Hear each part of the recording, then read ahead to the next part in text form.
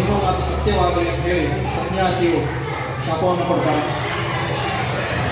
ಮತ್ತೆ ಅವರು ಹೊರಡಿಗೆ ಪ್ರಯಾಣ ಮಾಡಿ ಈ ಸತ್ಯನಾರಾಯಣ ವ್ರತವನ್ನು ಆಚರಣೆ ಮಾಡೋಣ ಅಂತ ಹೆಂಡತಿಯು ಆ ವ್ಯಾಪಾರಿಗೂ ತಿಳಿಸ್ತಾರೆ. ಆಗ ವ್ಯಾಪಾರಿಯು ಹೆಂಡತಿಯನ್ನು ಸಮಾಧಾನ ಪಡಿಸ್ತಾನೆ.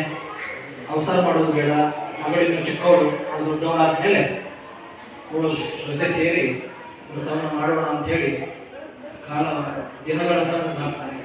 ವಿಜೃಂಭಣೆಯಿಂದ ತನ್ನ ಮಗಳನ್ನು ನಾಮಕರಣ ಮಾಡಿ ತಗೊಳ್ಳಿ ಇಟ್ಕೊಳ್ಳಿ. ಪ್ರಾಪ್ತಿಯಾಗಲ್ಲ ಈ ಸತ್ಯನಾರಾಯಣ ವ್ರತವನ್ನು ಆಚರಣೆ ಮಾಡೋಣ ಅಂತ ಹೆಂಡತಿಯು ಆ ವ್ಯಾಪಾರಿಗೂ ತಿಳಿಸ್ತಾರೆ. ಆಗ ವ್ಯಾಪಾರಿಯು ಹೆಂಡತಿಯನ್ನು ಸಮಾಧಾನ ಪಡಿಸ್ತಾನೆ. ಅವಸರ ಮಾಡೋದು ಬೇಡ, ಮಗಳಿಗೂ ಚಿಕ್ಕವಳು, ಅವಳು ದೊಡ್ಡವಳಾದ ಮೇಲೆ ಅವಳು ಜೊತೆ ಸೇರಿ ವ್ರತವನ್ನು ಮಾಡೋಣ ಅಂಥೇಳಿ ದಿನಗಳನ್ನು ಹಾಕ್ತಾನೆ. ವಿಜೃಂಭಣೆಯಿಂದ ತನ್ನ ಮಗಳನ್ನು ನಾಮಕರಣ ಮಾಡಿ ತಗೊಳ್ಳಿ ಇಟ್ಕೊಳ್ಳಿ. ಸಾಕಾ?